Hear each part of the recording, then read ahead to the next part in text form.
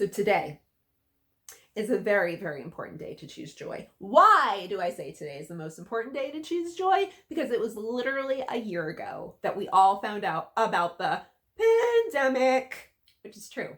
And it was crazy and it was nuts. But here we are. We survived a year and we keep going. And that gives us a reason to choose joy, no matter the circumstances, to know that we can have our purse arm in place and choose joy. Now, ladies, what do I mean by purse arm? I mean, like, you know, when you have those purses and they literally like drape over your arms and then you do this thing and you're like, I got my purse, I got my sunglasses, and I am okay. And that's just the way it goes. Purse arm in place. My purse arm has gotten me through so many things. Number one, and my friends have a great time teasing me about it, which is why I know that I have a purse arm, because they've done the impressions, ladies and gents. I have seen them. I have witnessed them. So number one was when I went camping and my friend had to take a picture because there I was with my purse arm and my sunglasses and my flippy floppies and my air mattress. Purse arm in place and ready to go. Oh, wilderness. Yes. So that was my first example. Now, number two, and this is why I really, really remember the purse arm. I'll never forget. I have this very, very good dear friend in LA, and I was going to visit her, and literally, I kid you not, I sent her a text. I'm like, I'm here. Next thing I know, she like comes out the door. She's all excited. Door shuts behind her, and then she has that oh crap moment. I'm locked out. Like, she's on the other side of the door. She's like, I'm locked out. At which point my response was, purse arm in place, sunglasses on. Okay. She tells me this all the time, by the way. She reminds me that this was my reaction. But I'm going to tell you what was going through my head and why I could have my purse arm held high. Well, because number one, I knew that as crappy as that situation was, I was with my friend. And she was the most important. And that's why it was going to be okay. And then number two, LA has so much chaos, like continuously, that you just kind of get used to the chaos and you know that there will be a solution. Like, and I just kind of treated it like a game. I was like, okay, like this is the new problem that we need to figure out. And the next thing I know, we're finding her balcony. We're putting something so that she can like step on top of this thing so that I can like push her into the balcony. She gets into the house. She unlocks the house. She's at the front door and we're inside. It's so good to remember that in all circumstances, there is a reason to have joy. There is a reason to rejoice because there is going to be an end to the chaos. Yes, purse arm in place, you will get in that house. So without further ado, I introduce to you Sarah and Karah for our first sketch. This is your captain speaking. We've reached an altitude of 37,000 feet. You are not dreaming. That's right. This is a woman speaking. Only 1.42% of all airline captains are female. So you won the lady lottery today, folks. That's right. We do it in heels and bright red lipstick. That's right, everyone. And right now, if you look in the back of your seats, right in front of you, there's a magazine, Joyful Airlines magazine. And what you want to do is you're going to open that and you're going to read that amazing article about your captain right now. And don't worry, it's going to mention in there that she's pretty new at this. But you know what? I'm here to tell you, I've been on many flights with her, and this is her 5th one, and she knows exactly what she's doing.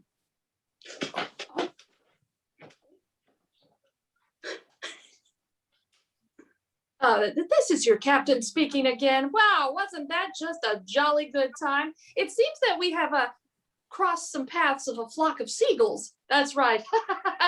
But not to worry, because they ran so far away. Get it? She's so funny, get it? They ran so much. Yeah, okay. Nothing to worry about, you guys. And there's no extra charge for the lovely view outside of all those birds. Look to your right, look to your left. Sorry, you aisle folks, you don't get any views, just me.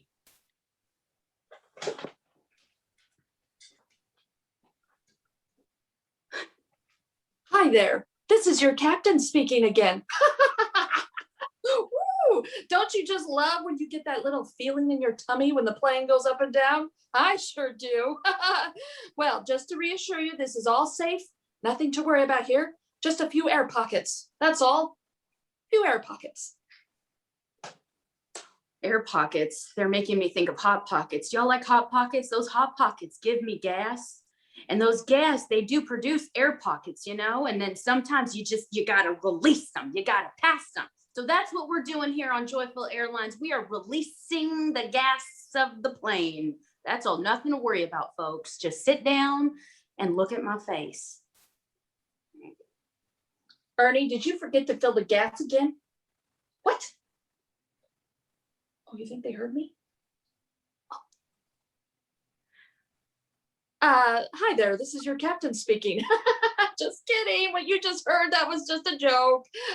Nothing to worry about here. It just turns out we have to unexpectedly turn this plane around, but nothing to worry about. This is just totally safe, all protocol. This apparently happens quite often. We're going to be coming down the aisle in just a moment with some snacks. You enjoy the rest of your flight on Joy-Filled Airlines, okay? Okay, yeah. Oh my gosh!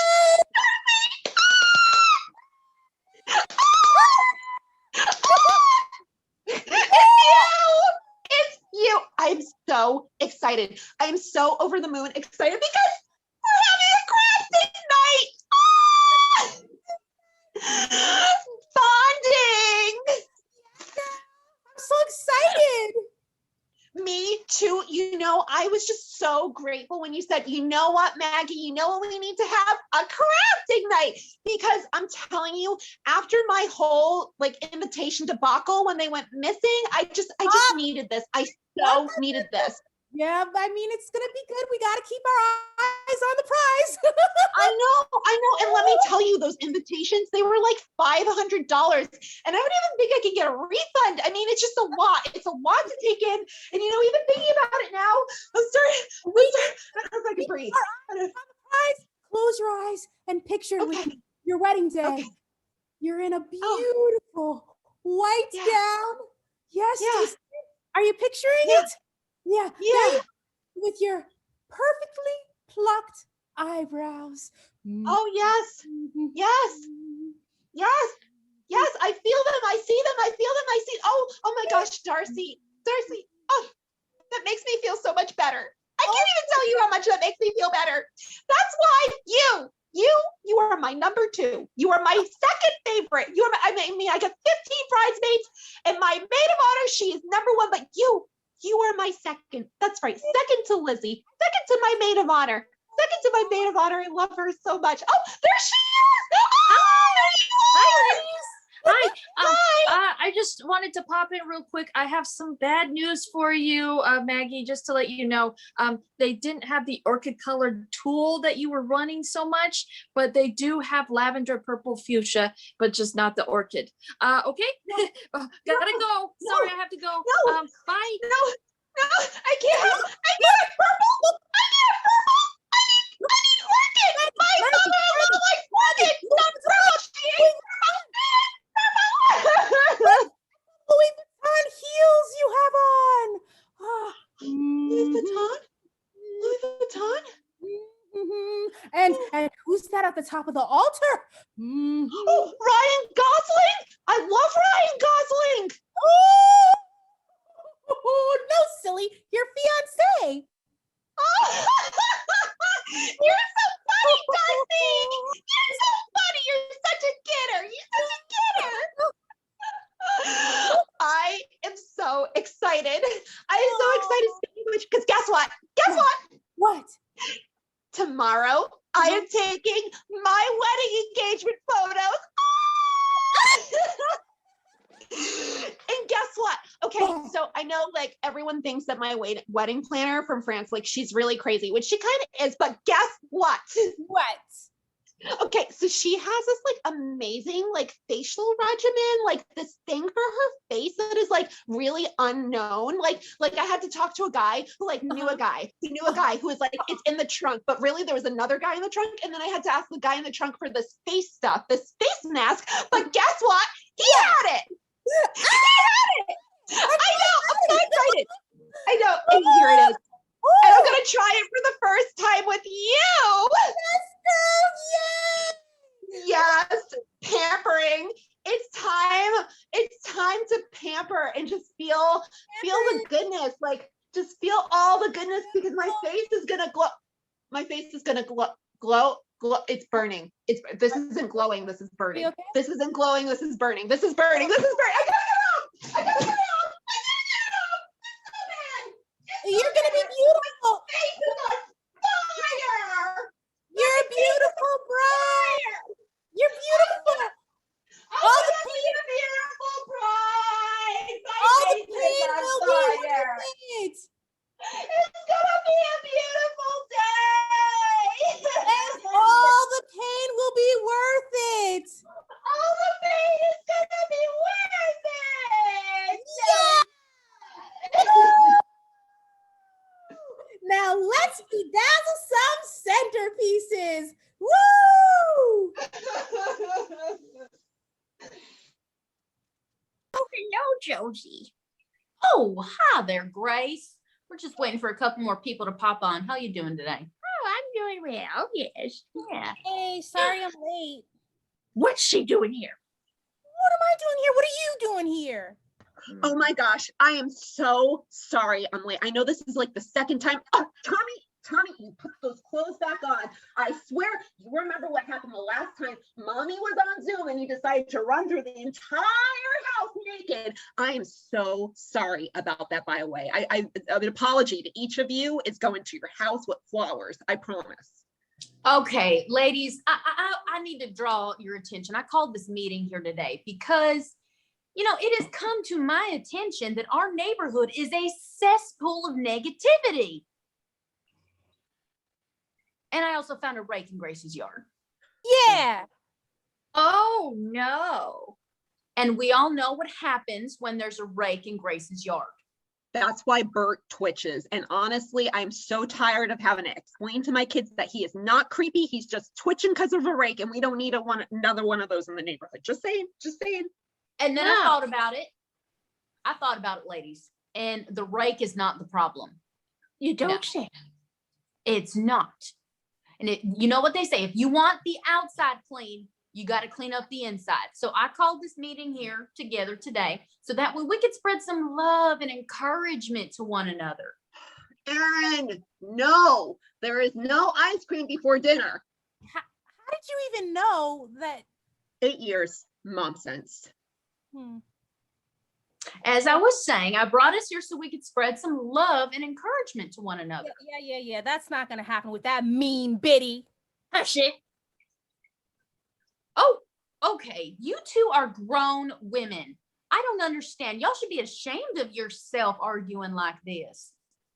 Well, she started it. Oh, Josie, I think we got to reel this in. I mean, they need a timeout.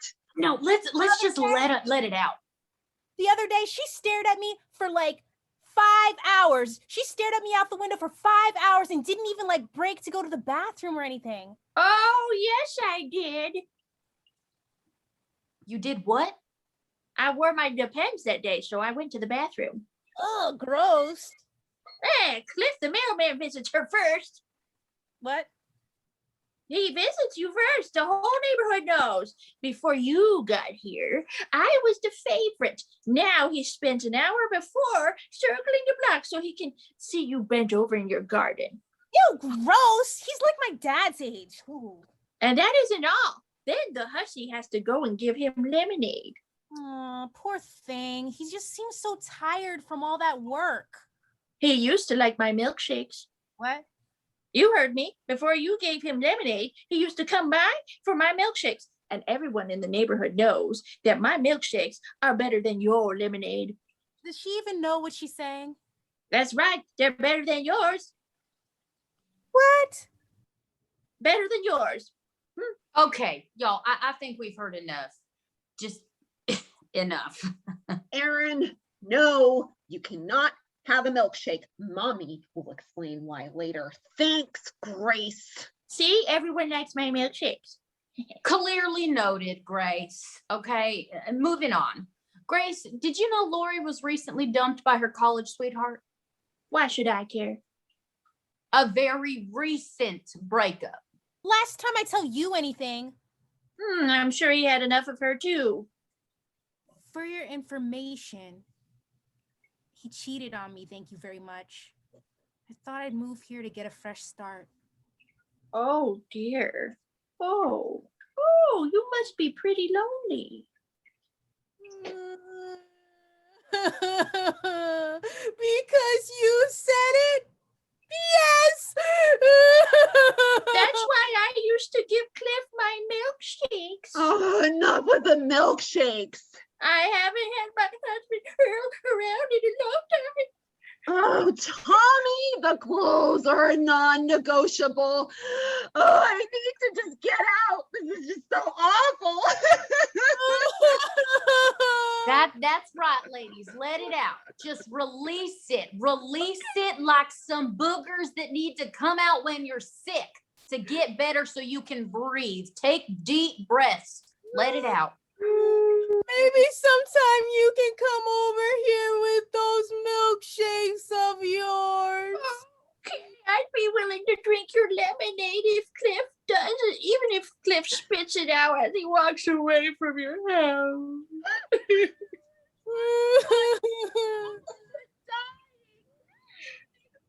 Can I come too? I need some alone adult time. I just can't. Either the kids are gonna kill me, or I'm gonna kill the kids, or they're gonna kill me. I don't know what's gonna come first. But I'm gonna end up in jail. Oh, yes, you can. And then maybe Grace and I can watch the kids for you. And that'll help us with our loneliness. You'd watch them.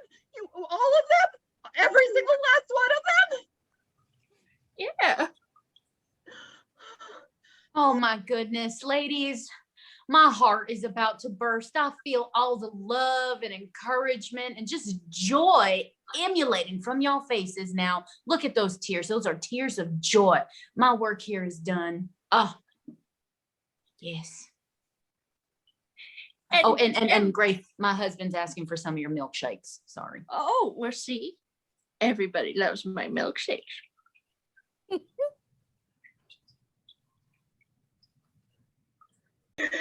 Oh my gosh, you ladies are such a joy. I can't even tell you. You know, it's so funny because sometimes you ask the question, well, what sparks joy in my life? And you ladies are definitely one of those things that sparks joy. It is just such a gift to have like just awesome girlfriends that you can just have a blast with, you know? That you can pretend you're neighbors with, but live halfway across the country, some of us. Yes. Yeah, that's a little BTS fact, actually. So we've got two of us that are in the Los Angeles area, one who's about 45 minutes south, and then we have another one who's way on the other side of the country in New Jersey. Hey, love Jersey. Yep. Yes, but this is what joy looks like, which, by the way, ladies, what sparks joy in your life? Like I said, like I think friends definitely spark joy for me. So what about you guys?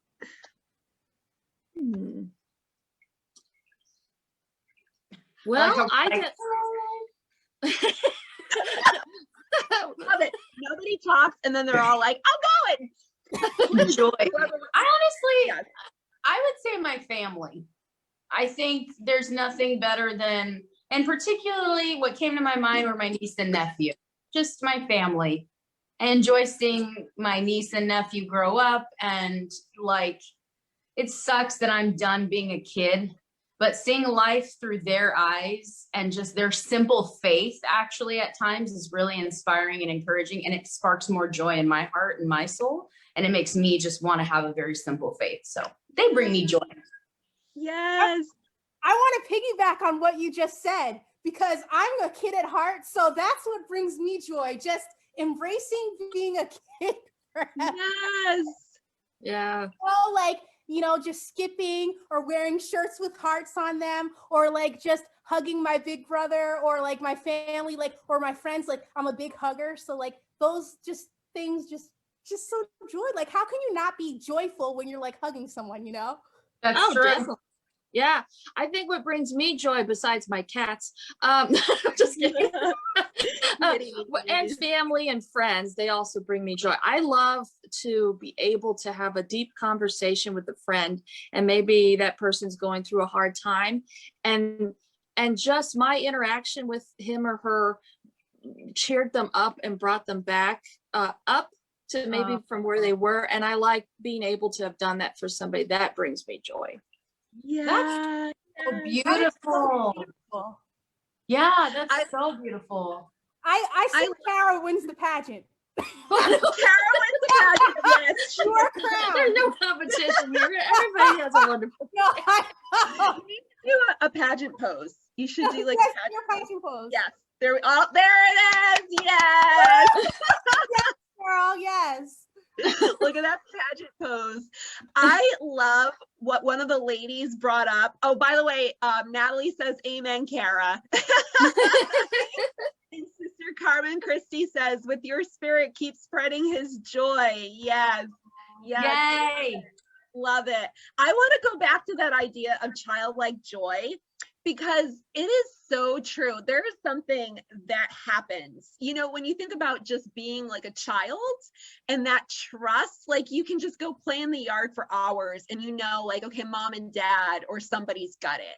And that's just like, that's an incredible feeling. And I think, you know, when I shared my first story at the top of this, and I talked about the fact that I have my purse arm, I have my purse arm, and the fact that I was with my friend, but there was like this childlike joy. Like it's just that knowing, that sense of knowing that it's going to be okay, no matter the circumstances, that there will be a way out, that there will be a happy ending.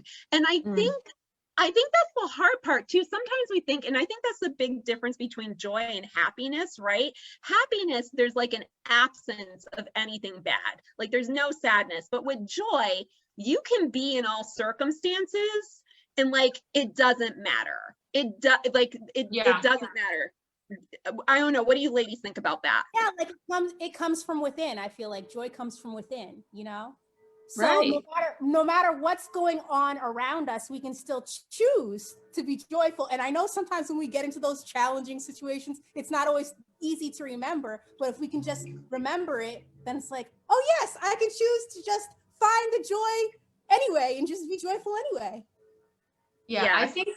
I think that happiness is based on your circumstances and like what you have, what's around you, and joy comes from within. I agree with Hillary, and it comes not from a place of the world or from your circumstances, your situations. It comes from a place that it comes from God, regardless of like just it doesn't matter what's going on around you. You can be, like you said, in the worst, and I have been in the worst situations possible and had this like peace. I have a super fast story. I remember one time I went into a bank and I was going to make a bank deposit, and this woman was so scared because one of the bank tellers walked and told us that they ran out of cash. And she was like, oh my gosh, like, aren't you scared? And I told her, no, I'm not. And she asked me, well, why aren't you scared? And I said, well, because I'm not placing my hope in anything here. And we were standing in line at a bank, and she was like, huh. And when we walked out of the bank, she literally followed me to my car and thanked me for telling her that, because her perspective was off. And it just reminded me of like with happiness and joy, our perspective really matters. And not placing it in our circumstances and our things. Joy comes from a place not based on our circumstances or what's going on around us. Right. And I love that idea, that word perspective. And I think, you know, especially when I was writing the Bridezilla sketch, you know, the crafting night, I think it was so important, like the fact, first of all, what a gift that she has Darcy. Can we start there? She has Darcy who can like really kind of refocus her and be like, this is the point. Like, no matter what the circumstances are, you know, it's not about all of this. And I love even when she brings up the fiance and she's just like, you know, and her response is it Ryan Gosling? Like she's even lost so much sight that she can't even see, you know, where she needs to go. But I think that gosh, like my brain, the synopses are just going. I think the importance, first of all, of having those good friends, because like it got me just thinking about that, having those good friends that help you to keep your eye like where it should be, because that's so important. Like the people in our lives really do make a difference. I mean, I don't know what you guys think, but you talked about, so Sarah's character talked about being in a cesspool of negativity. And I think we've all been in those situations. Right. Definitely. I mean, I think of two examples. These are kind of sad stories, but I got through them. I remember when I was first moved to LA and I was really struggling, I've had my card declined, getting groceries, or even just going to In-N-Out. And I can remember being not only embarrassed to be like, sorry, I can't take it. I gotta go. You know, I'm so sorry. I can remember just like crying about it and just being like, oh my gosh, I'm struggling so much. But then like, you know, then changing my perspective, like you're out here, you're doing what you want to do, you're doing what you love. And this is just a little hiccup in the road. And, you know, payday will come and you can go to In-N-Out. You know, and it changes that whole perspective on it. Yeah, you know, sometimes you do go through a thing that's just hard. Yeah. But you find your way out, you know? Yeah, I love that you shared that, because talking about perspective, it's really hard to not look at your circumstances as working against you, if that makes sense. Yeah. And that and like trusting that God is working through those circumstances, that I just love, Karah, that you had that perspective, because it's so easy to stay in that cesspool of negativity and feel like this is going to be your forever. And you, in that moment, you chose joy and you were able to push through your circumstances and knowing that I'm not going to stay here forever. Payday's coming, and having that like that joy, looking ahead at what's going to come. Like that's just I think that's so powerful. Yeah. And then I love the fact that both Josie and Darcy are the type of people that they can be in that cesspool, but they can change the cesspool. They don't become the cesspool, you know? And so often I think too, we're waiting for other people to change the atmosphere around us when we can change it, when we can. Wow. Absolutely. Yeah. You know, and all of us have it within us. All of us, everybody does. Yeah. And I think we've all had circumstances, like I have definitely had crazy work environments that have been near cesspools.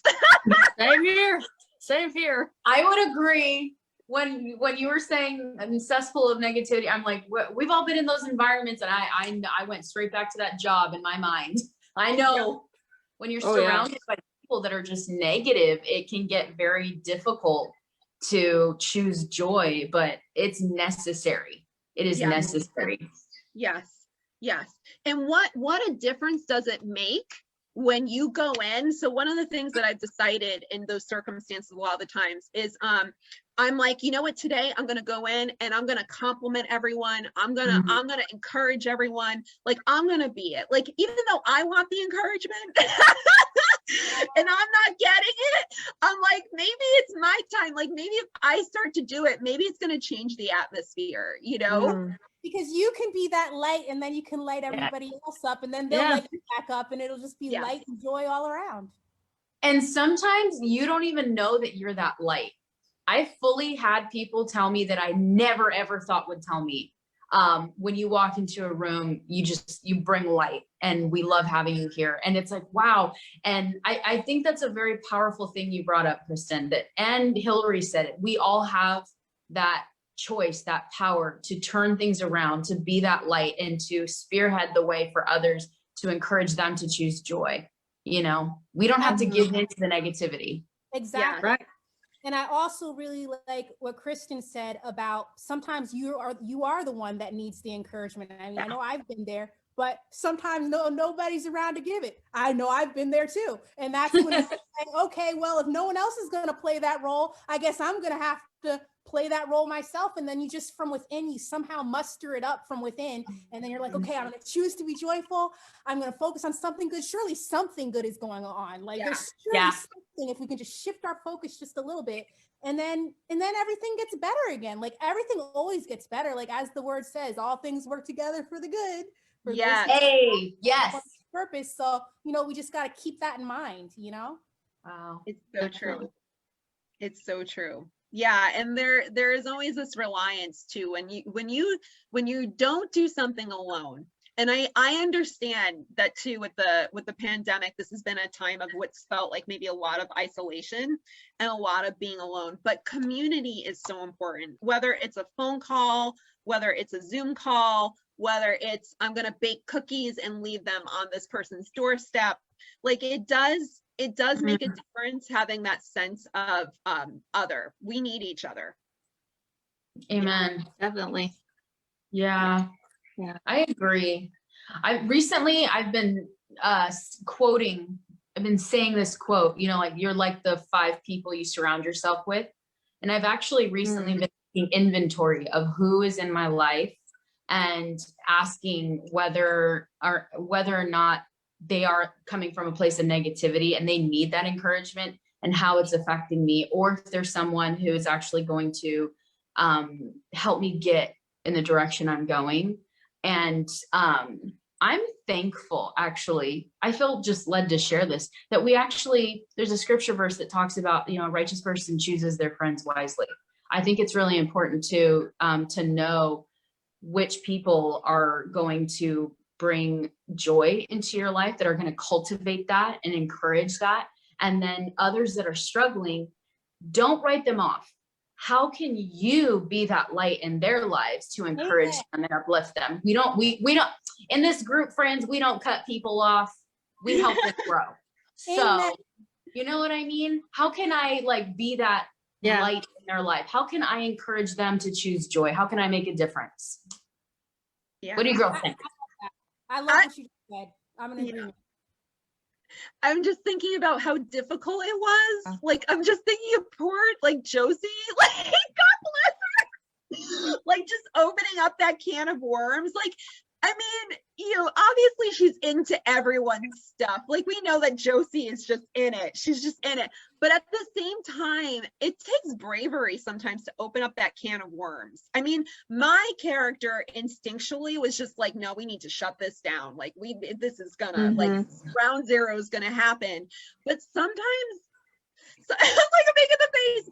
Sometimes you have to go there. You have to go there because there has to be some kind of truth. And I think had Grace never heard the truth, about God bless me, why is my Lori's breakup.